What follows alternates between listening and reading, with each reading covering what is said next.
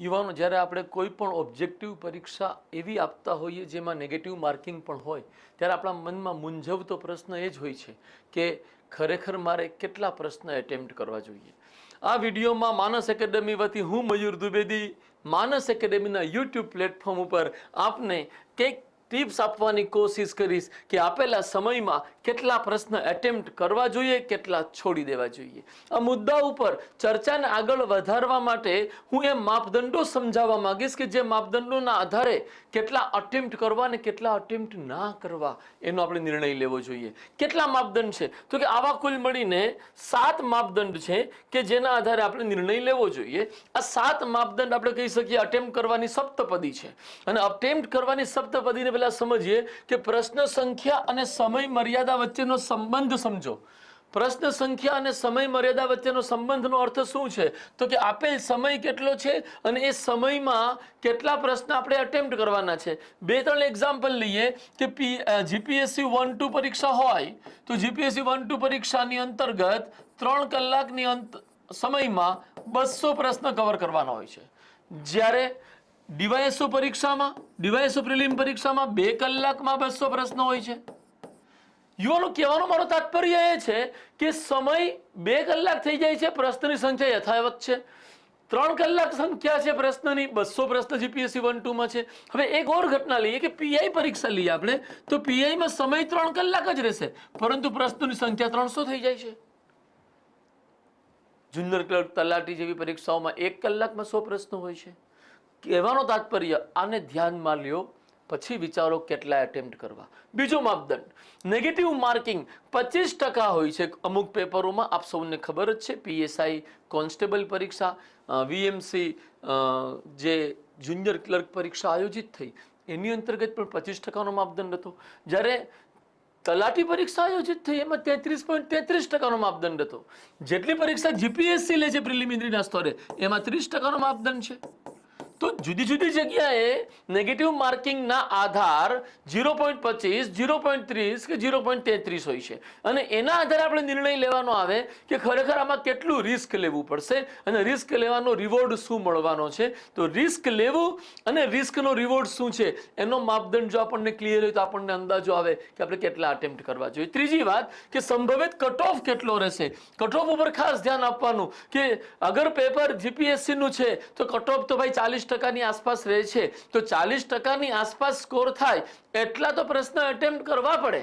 ભલે પછી એ ખોટા પડ્યા અને 40% પણ આપણે ન રહ્યા, પરંતુ કંઈક એવી કન્ડિશન બને કે જીપીએસસી 1-2 માં અથવા આપણે ડીવાયએસઓ નું લઈએ કે ડીવાયએસઓના 200 માંથી કટ ઓફ પાછલા વર્ષે 2022માં જે કટ ઓફ રહ્યો 108 માર્કનો રહ્યો. તો 108 માર્કનો કટ ઓફ હતો અને કોઈ વિદ્યાર્થી 115 પ્રશ્ન અટેમ્પ્ટ કરીને આવ્યો છે અને એમાંથી 15 પણ ખોટા પડી ગયા તો એ માણસ ફેલ જ થવાનો છે. તો એને બાકીના 85 પ્રશ્નમાં રિસ્ક લેવાનું હતું, કંઈક જોવાનું હતું, પરંતુ એને લીધું નહીં. પરિણામ શું આવ્યું? ફેલ થયો. તો કટ ઓફને ધ્યાનમાં રાખવાનો, કટ ઓફનો પાછલા વર્ષોમાં શું ટ્રેન્ડ છે પર્ટિક્યુલર પરીક્ષામાં, કેટલાની આસપાસ રહે છે એ પણ એક માપદંડ હોય છે કેટલા પ્રશ્ન અટેમ્પ્ટ કરવા.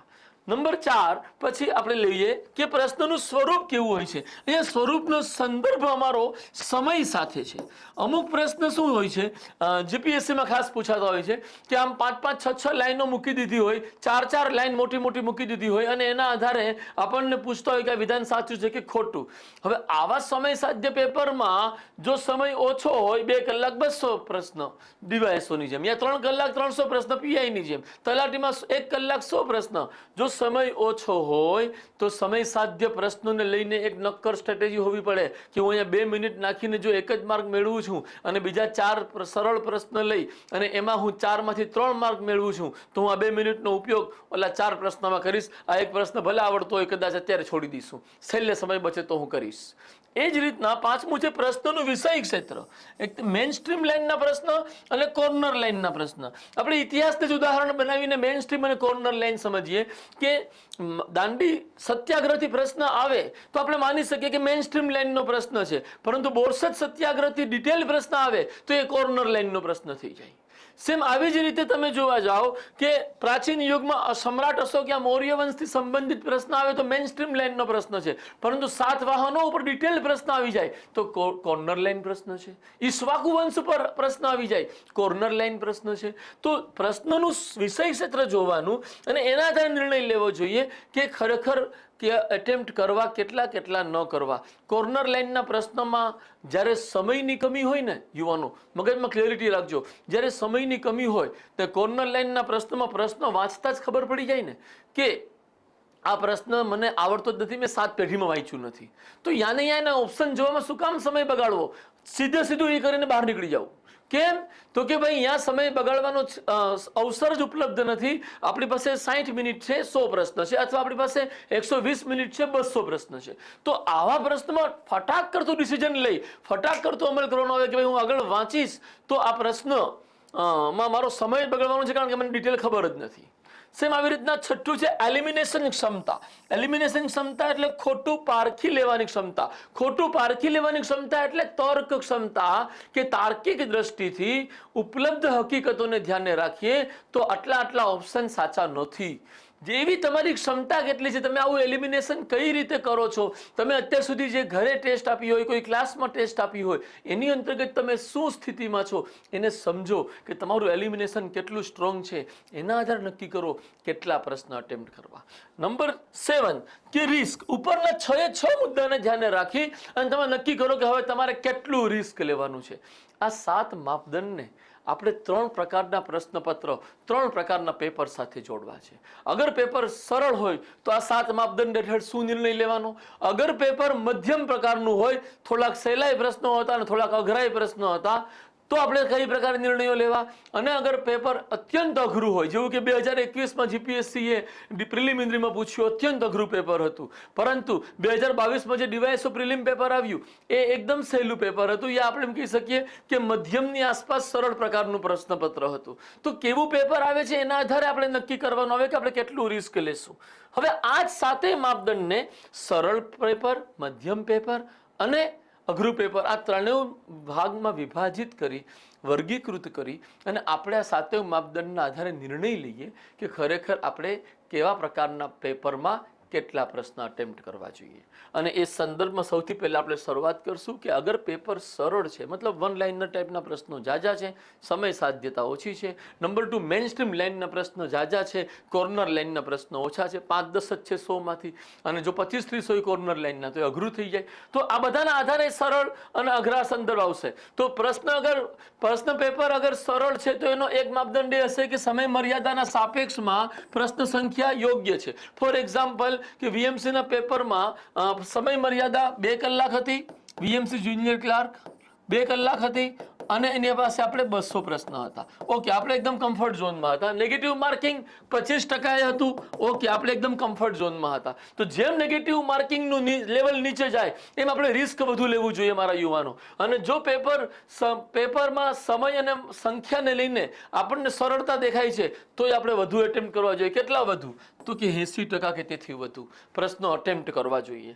સંભવિત કટઓફ કેટલો રહે છે? તો કે સંભવિત કટઓફ આવા પ્રશ્ન પેપર આવતા હોય ને ત્યારે 55 થી 75% વચ્ચે રહેતો હોય છે. તો આપણે એ પણ ધ્યાનમાં રાખવું જોઈએ કે સરળ પેપરમાં આપણે 80% થી નીચે તો રહી શકશું જ નહીં. કેમ? તો કે કટઓફ આટલા બધામાં વચ્ચે રહી શકે છે, 65% રહી શકે છે. તો આપણી કન્ડિશન એવી હોવી જોઈએ કે આપણને પ્રશ્ન આવડતા છે એ બધાય કરીએ. એક વાત અહીંયા બહુ ખતરનાક છે જે ધ્યાનમાં દેવા જેવી છે કે પ્રશ્નનું સ્વરૂપ 1 લાઇનર હશે તો જ આપણે એને સરળ માનશું, બાકી નહીં માનીએ. જો વિધાનાત્મક હશે તો સમય સાધ્ય પણ થઈ જશે અને એ અઘરા પણ થઈ જશે. પ્રશ્નનું વિષય ક્ષેત્ર મેઇન સ્ટ્રીમ વધુ હશે તો જ આપણે એને સરળ માનશું, બાકી એને આપણે સરળ માનવાના નથી. કોર્નર લાઇન પ્રશ્ન 5% 7% જ હોય. વીએમસી પેપરમાં આવું જ થયું. વીએમસી જુનિયર ક્લાર્કમાં કોર્નર લાઇન પ્રશ્ન 5 થી 7 જ છે મારા યુવાનો. અને એવી સ્થિતિમાં એનો કટઓફ ઊંચો જવાની પૂરી શક્યતા છે કે જે 55 થી 75% વચ્ચે રહી શકે.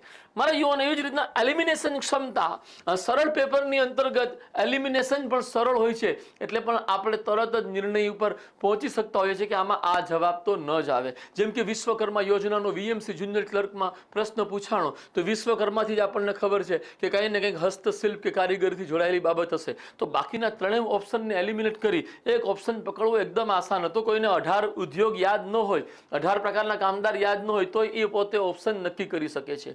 અહીંયાથી પણ એક આપણને વાત શીખવા મળે કે પ્રશ્ન અઘરા નથી હોતા, પ્રશ્નનું અઘરાપણું એના ઓપ્શનના આધારે નક્કી થાય છે. જો સીધો સરળ સ્પષ્ટ ઓપ્શન આપેલા હોય અને બાકીના સટાસટ એલિમિનેટ થઈ શકતા હોય તો જવાબ કોઈ પણ આપી શકશે.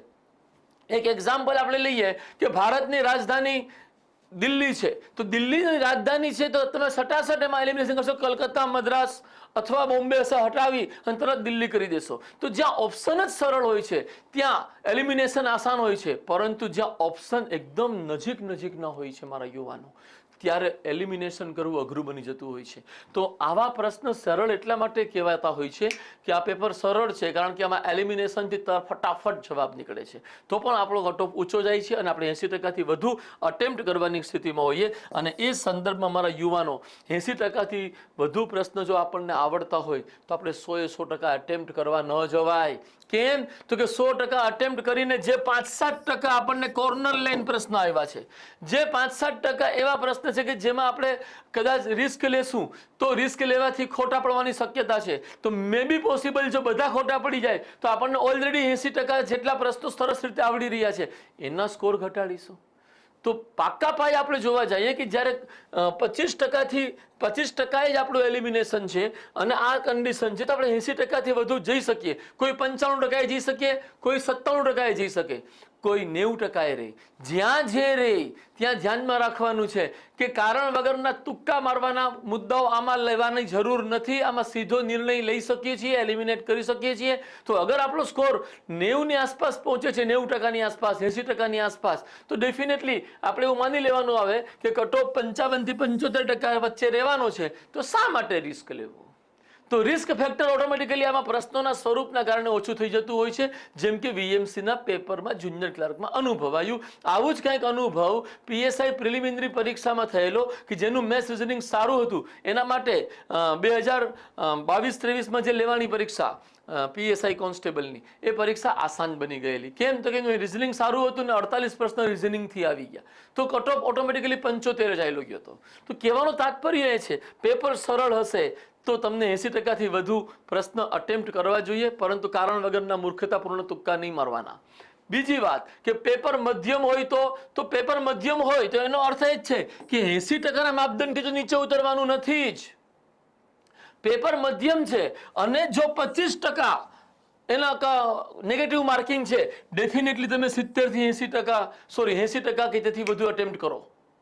પરંતુ જો એમાં 33.33% છે તો તમે ધ્યાનમાં રાખો કે 60થી 80% વચ્ચે આવી જજો મારા યુવાનો, જો 33.33% હોય તો.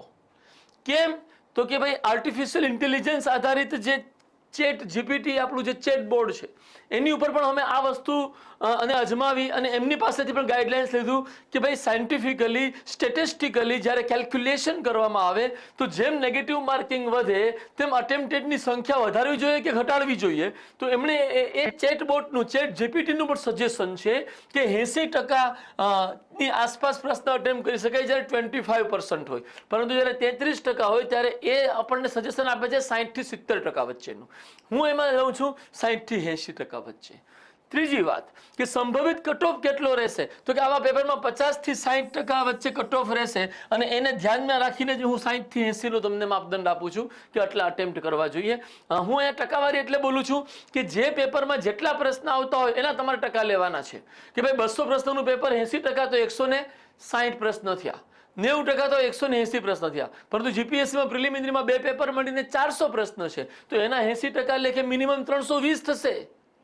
ધ્યાનમાં રાખજો, પર્સન્ટેજના આધારે આંકડાઓ રજૂ કરી રહ્યો છું, પ્રશ્નોની સંખ્યાના આધારે નથી રજૂ કરી રહ્યો. બીજી વાત કે પ્રશ્નનું સ્વરૂપ વન લાઇનર હોય જેટલું એ લો, એમાં તમે તરત જ કમાન્ડથી નિર્ણય લ્યો અને 80% પ્લસની કન્ડિશનને સુનિશ્ચિત કરવાની કોશિશ કરો. ત્રીજું, પ્રશ્નોનું વિષય ક્ષેત્ર મેઇનસ્ટ્રીમ છે કે કોર્નર લાઇન. કોર્નર લાઇન હોય તો એમાં એલિમિનેશનમાં જવાનું, એલિમિનેશનમાં જવાનું અને જો 2 ઓપ્શન તમે એલિમિનેટ કરી જાઓ છો A, B, C, D, એમાંથી તમને લાગ્યું B અને D એલિમિનેટ થાય એમ છે તો A અને C માંથી કોઈ એક અટેમ્પ્ટ કરવો. એ જોખમ લઈ લેવાનું, રિસ્ક લેવું પડે. હિંમતે મર્દા તો મદદે ખુદા. જો તમે રિસ્ક જ નહીં લ્યો તો તમારા માટે જે આવી કન્ડિશન ઊભી થાય છે કે જેમાં તમે શ્યોર શોર્ટ કહી શકો છો જવાબ કાં તો એ છે અથવા તો સી છે, દેટ મીન્સ 50% શ્યોરિટી ઉપર તમે છો, ડેફિનેટલી તમારે આ પ્રશ્ન અટેમ્પ્ટ કરવો જોઈએ મધ્યમ કક્ષાના પેપરમાં. સેમ આ પોલિસી આપણે અઘરા પેપરમાં પણ લખીશું. રિસ્ક કેટલું લેવાનું તો કે ડેફિનેટલી રિસ્ક પૂરી ક્ષમતાથી એલિમિનેશનના આધારે લેવાનું. એલિમિનેશનના આધારે લેવાનું જ્યાં તમે ચાર ઓપ્શનમાંથી કોઈ એલિમિનેટ કરી શકતા નથી અથવા તમને પ્રશ્નો વાંચતા જ ખબર પડી જાય છે કે આ પ્રશ્નમાં મને કાંઈ ગજું નહીં પડે, ત્યાં ઓપ્શન જોવામાં સમય ન બગાડો, ફટાક કરતો ઈ કરીને નવા પ્રશ્નમાં એન્ટ્રી મારી દો. અને જો તમે ખરેખર આવું કરો છો તો ડેફિનેટલી તમે વર્તમાન પરિસ્થિતિમાં વર્તમાન સ્ટ્રેટેજીથી જે પેપર આપો છો એના કરતાં કાંઈક માર્ક વધારે આવશે, કમસે કમ 1 માર્ક તો વધારે આવશે જ. અને 1 માર્ક વધારાનો જે છે એ પણ ફાયદો જ છે, નફો જ છે. મારા યુવાનો, અગર પેપર અઘરું છે તો રિસ્ક વધારે લેવું પડશે, રિસ્ક ઘટાડવાનું નથી, રિસ્ક વધારે લેવું પડશે. અને અહીંયા મેં માપદંડ આપી દીધો 80 થી 90% જેટલું રિસ્ક લેવું પડે. જો તમે અહીંયા જ્યારે છો તો 80% તેથી વધુ લખું છું, દેટ મીન્સ 95% પણ હોઈ શકે, દેટ મીન્સ 97% પણ હોઈ શકે. પરંતુ અહીંયા હું એક લિમિટ બાંધું છું કે એ 80 થી 90% વચ્ચે રાખો, કારણ કે 25-30 પ્રશ્ન 400 માંથી અગર જીપીએસસી 1-2 ને માપદંડ બનાવીએ, ડિવાઇસોને માપદંડ બનાવીએ 200 પ્રશ્નોમાંથી કમસે કમ 10% એટલે કે 20 થી 25 પ્રશ્નો એટલા ખતરનાક હશે કે આપણને લાગે કે 7 પેઢીમાં પહેલી વાર વાંચ્યા. હા, અમારા જે અનુભવી વિદ્યાર્થીઓ છે એ અનુભવી વિદ્યાર્થીઓનું અમે ફીડબેક લીધા છે, જે અત્યારે ક્લાસ 1 બની ગયા છે, આસિસ્ટન્ટ કમિશનર છે, મામલતદાર છે અથવા ડેપ્યુટી કલેક્ટર છે, એ તમામ યુવાનોને પૂછ્યું તો એ લોકોને એમ જ કહેવું હતું કે સાહેબ અમે જોરદાર રિસ્ક લઈએ છીએ અને જોરદાર રિસ્ક લઈને આગળ વધીએ છીએ. એમાં પણ એક વિદ્યાર્થી જે અત્યારે સિલેક્ટ થયા નથી પરંતુ દરેક વખતે પ્રી ક્રેક કરવામાં કોઈ દિવસ એ વિદ્યાર્થી અસફળ થયો નથી અને એ વિદ્યાર્થી ઇન્ટરવ્યૂ માટે પણ એલિજિબલ થયો છે. એ વિદ્યાર્થીએ તો એવું સજેશન આપ્યું કે કોઈ દી ન પૂછાણો હોય એવો નવો કોઈ મુદ્દો આવે તો શક્યતા પૂરેપૂરી હોય છે કે એમાં એ પ્રશ્નના સંબંધમાં જે 3 વિધાન 2 વિધાન કે 4 વિધાન આપ્યા હોય ને એ તમામ સાચા જ હોય, એમનું એવું કેવું છે. એટલે એ સંદર્ભમાં હું તમને એટલું જ કહું છું કે એ તમામ જે અનુભવો છે સફળ વિદ્યાર્થીઓના, એ અનુભવોના આધારે હું કહું છું કે 80 થી 90% તમે રિસ્ક લ્યો અને 80 થી 90% તમે પ્રશ્ન અટેમ્પ્ટ કરો. ધ્યાનમાં રાખજો, આવા પ્રશ્નમાં છે ને વન લાઇનર જે પૂછાય ને પ્રશ્નના સ્વરૂપમાં વન લાઇનર એટલું અઘરું છે કે આપણે ઓર મૂંઝાઈ જઈએ. એટલે જ પેપર અઘરું બની જતું હોય છે કે વિધાનાત્મક સમય સાધ્ય હતા અને વન લાઇનર કોઈ દી વાંચ્યું ન હોય એવા હતા. તો આવી સ્થિતિમાં તમારે ધ્યાનમાં રાખવાનું કે વન લાઇનરને લઈને જો એલિમિનેશન તમારું સ્ટ્રોંગ હોય, વન લાઇનરમાં એલિમિનેશન કરવું એટલા માટે પણ અઘરું બનતું હોય છે કે જ્યારે પર્ટિક્યુલર માહિતી પૂછવામાં આવી હોય તો એ માહિતી જો યાદ નથી તો તમે એમાં કોઈ તુક્કો કે એલિમિનેશન કરી શકવાના નથી. હમણાં જે પેપરો પૂછાણા એમાં જીપીએસસી દ્વારા વસ્તી સંબંધી આંકડાઓ પૂછી લેવામાં આવે છે, બજેટ સંબંધી આંકડાઓ રજૂ કરી દે છે. તો આંકડાને લઈને વન લાઇનર જ પ્રશ્ન હોય છે, પરંતુ આપણા માટે એટલો અઘરો બની જાય છે કે આને કઈ રીતના કરી શકીએ. તો એ ઓવરઓલ વાંચનના આધારે એલિમિનેશન થાય કે અગર વસ્તીનો આંકડો છે તો આની રેન્જ કદાચ 75 થી 80 હશે સાક્ષરતાની, તો અગર સાક્ષરતા 50% થી ઓછી આપી છે તો એવા ઓપ્શન તો એલિમિનેટ કરી નાખો અને એ પ્રમાણે નિર્ણય લેવાની કોશિશ કરો.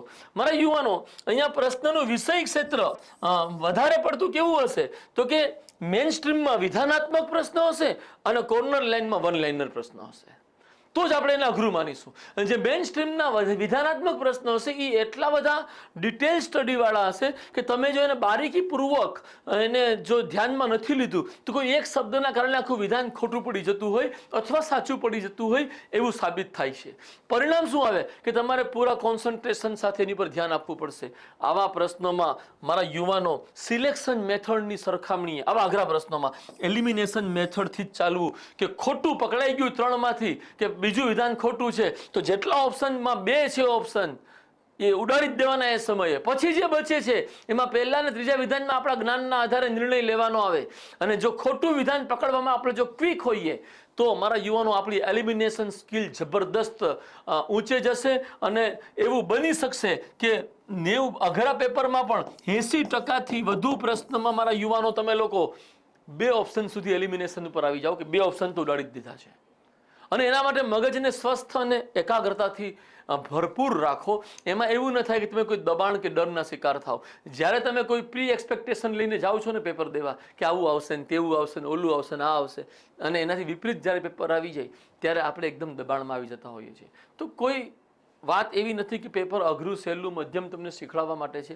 પેપરમાં જ્યારે તમારો સ્કોર ઊંચો થાય તો એ તમારા માટે સહેલું છે, અને સ્કોર નીચો થાય તો ભલે ને આખા ગામ માટે સહેલું હોય પરંતુ તમારા માટે અઘરું છે. તો મુદ્દો એ અહીંયા જે માપદંડ સહેલા અઘરા કે મધ્યમના છે અહીંથી આપણે નક્કી કર્યા છે, વ્યક્તિથી નક્કી નથી કર્યા. અને એ સંદર્ભમાં મારા યુવાનો, જ્યારે તમે આવા અઘરા પેપરમાં હોવ ત્યારે તમને બની શકે કે 25% પ્રશ્નો જ એવા હોય કે જે તમને 100% આવડતા હોય, અને બાકીના 75% પ્રશ્નો એવા હોય કે જેમાં તમે કાં તો એવું બોલો છો કે હું તુક્કા મારીને આવ્યો અથવા હું એલિમિનેશન કરીને આવ્યો. એમાં તમે મારા યુવાનો, કોઈ વિદ્યાર્થી આવા પેપરમાં પાસ થાય છે ને તો એનો આધાર હોય છે એનું એલિમિનેશન સ્કિલ, એની નોલેજ સ્કિલ સેકન્ડરી હોય છે, પ્રાઇમરી હોય છે એનું એલિમિનેશન સ્કિલ. તો જેવું પેપર આવે એ પ્રમાણે તમે માપદંડ પકડો. મારા યુવાનો, જ્યારે આવા અઘરા પેપર આવતા હોય છે ને ત્યારે કટ ઓફ બહુ જબરદસ્ત રહેતો હોય છે. જીપીએસસીની પરીક્ષાઓમાં આપણે જોયું છે કે 30 થી 35% વચ્ચે જ કટ ઓફ જાય છે અઘરા પેપરમાં. ડિવાઇસોનું જો અઘરું પેપર હોય તો એમાં પણ 30 થી 35. 2020ની જે ડિવાઇસોની પરીક્ષા હતી એનો કટ ઓફ 60 થી 70ની વચ્ચે જ હતો. કેમ? તો કે પેપર એટલું અઘરું હતું. 60 થી 70ની વચ્ચે હતો, ધેટ મીન્સ 30 થી 35%ની વચ્ચે હતો. કહેવાનો તાત્પર્ય એ છે કે જ્યારે તમે આવી સ્થિતિમાં આવો છો તો 25%ના આધારે પછી તમે રિસ્ક લ્યો. તમે એમ કહો મને આવડે એટલું જ હું કરીશ, એનાથી વધારે હું કાંઈ નહીં કરું. એવી કોઈ માપદંડથી આ બધી પ્રિલિમિનરી ક્રેક કરવી બહુ મુશ્કેલ છે મારા યુવાનો. સિવાય કે તમને એટલું આવડતું હોય કે અઘરા પેપરમાં તમે 50%થી વધુ સ્કોર કરી શકો, એટલું બધું જ્ઞાન ધરાવો છો. એટલું બધું જ્ઞાન ધરાવવું કઠિન સામાન્ય વિદ્યાર્થી માટે હોય છે. હા, જે લોકોએ 5-6 વખત મેન્સ લખવાનો અનુભવ લીધો છે, મે બી પોસિબલ એમની પાસે હોય. પરંતુ એક સામાન્ય વિદ્યાર્થી જે જુનિયર છે, જે બહુ અનુભવી નથી, એના માટે તો એને આ માપદંડોને ધ્યાને રાખી અને રિસ્ક લેવાની માનસિકતાને પ્રબળ બનાવવી જોઈએ, એલિમિનેશનની માનસિકતાને પ્રબળ બનાવવી જોઈએ. યુવાનો, પરીક્ષા નજીક છે અને એ પરીક્ષાના સંદર્ભમાં આપને આપની ક્ષમતાનું બહેતરીન પરફોર્મન્સ કરી શકો એ માટે બેસ્ટ ઓફ લક.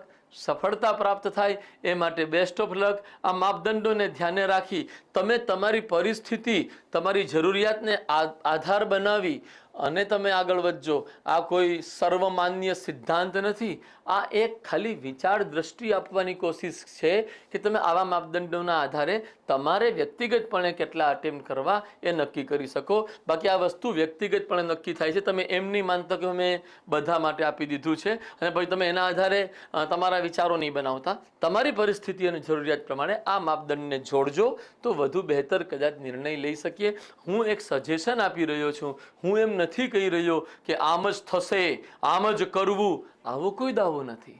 એક સજેશન છે, મે બી પોસિબલ તમારી સફળતામાં સહાયક બની શકે. ફરી એક વખત બેસ્ટ ઓફ લક સાથે થેન્ક યુ વેરી મચ. જય હિન્દ, નમસ્કાર.